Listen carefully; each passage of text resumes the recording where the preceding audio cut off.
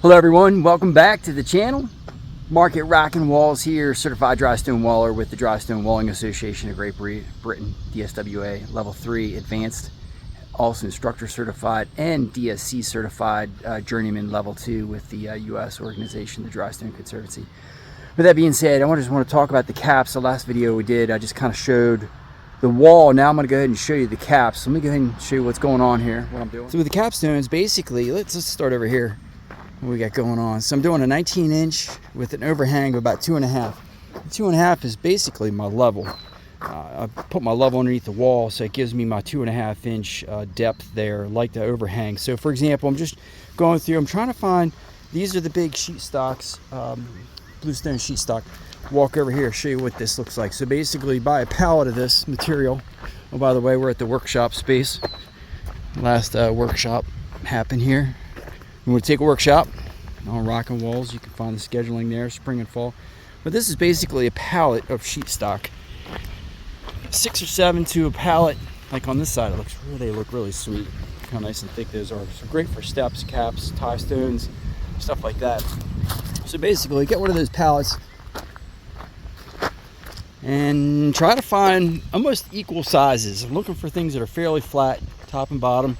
Make it easier to set since they're dry. This one had a lot of humps and bumps on the bottom, so I was like, maybe not. These I've already cut, squared up, and these two. So those are just a couple of the pieces. Basically, the tools I'm using, the cut-off saw, the Husqvarna K770, super strong, probably the strongest saw on the market, power-wise. My own little water system that I made with a 12-volt pump. And the you can put any kind of battery. You can get these little kits with the voltage regulator, so it bumps down the 20 volt to a 12. Pretty cool. And then just like a 5-gallon jug, with the pipe. So anyhow, it's a nice little portable water system with the pump. So back to the stones. So I've squared this up using a Sharpie. Sometimes I use the soapstone. Soapstones or pencils are used a lot. You can find them at like Home Depot, but they're square for like welding and the welding supplies. I like the round ones. They're nice. So you can just do your marks real quick, but then I hit them with the Sharpie. So I'll do my marks with the soapstone just to make sure, the size or shape's gonna work. Square it up. Love this. Using this for the, squaring all my stuff up. And then basically this one here, just have a couple different pieces I was able to get out of that, which is great. And then this guy. So once again, just trying to find stones that are fairly equal in thickness. With and I'm gonna saw cut all of these because it's just gonna be easier for me to come back and thermal them. If sometimes if you have like a really nice edge you can work with, and maybe that's the style you're going for, like just the natural edge, like I'll go that route. And just like say this one here, the straight line off that's not too bad. So basically I could just take my tracer or chipper we talked about in the last video. If you haven't seen that, go back and look at that. And I could just clean this up and get a really nice line off of that, more natural. But in this situation, I only have so many stones to work with to get the length that I need, which is 222 inches of length. And this one here, so there are 19 inch with the overhang, whatever the length is. But this guy here, this is going to be the corner section. So this is actually with the overhang bumping out. This one's roughly about 29 inches across. And then actually I went 26 and a half, but the reality is I'm going to take like a stone like this.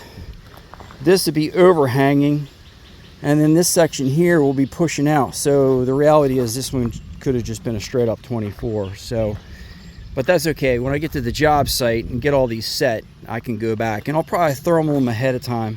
So I'll probably show you that process once I kind of get into that. So just a quick rundown. Oh, and here's another little shorty.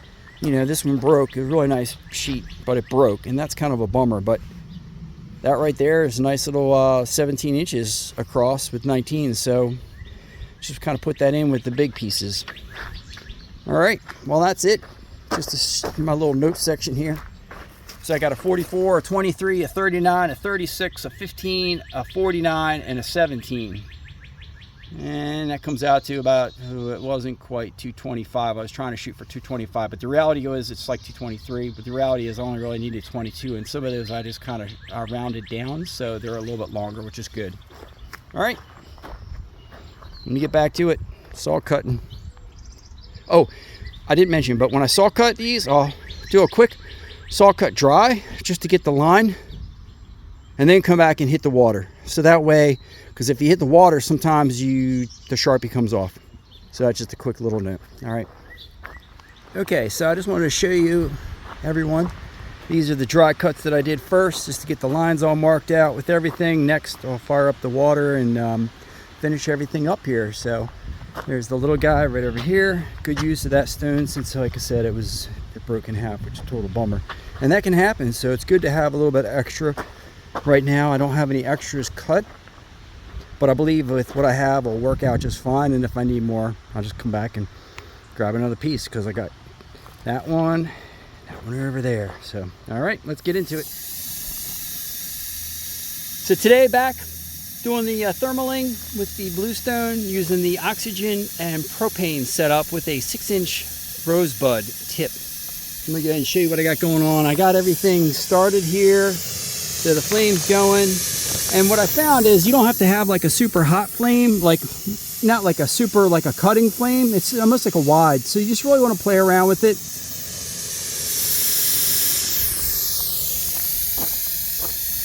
And you can buy like an adapter for your propane tank. The propane tanks are just a little bit cheaper. The oxygen and acetylene is actually going to be a little hotter, but the propane works just as well. It's what a lot of the quarry folks use. And then you also want to make sure you have like a thing of water, so you'll wet your stone first. So I'm gonna go ahead. Let me do that little guy right there.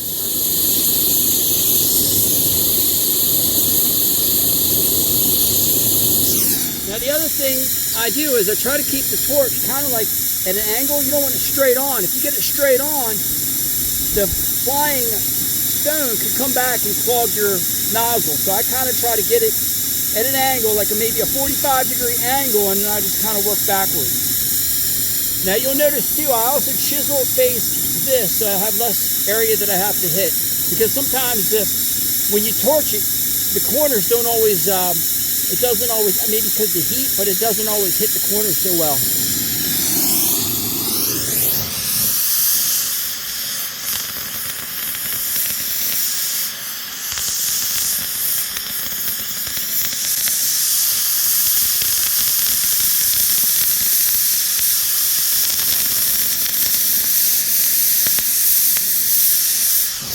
Like that corner there, I didn't quite get it.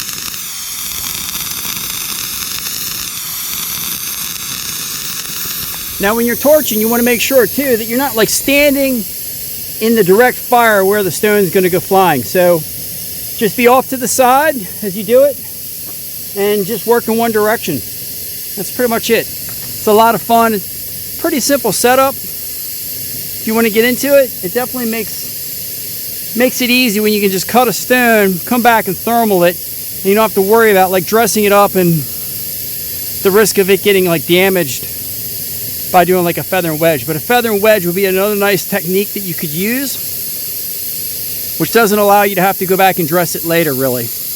All right, so that's it. I can get back to these. These are all my caps that I basically generated. So I'm gonna go ahead and get these, just the faces, I'm just get all those thermaled. So once again, this is the original face right here.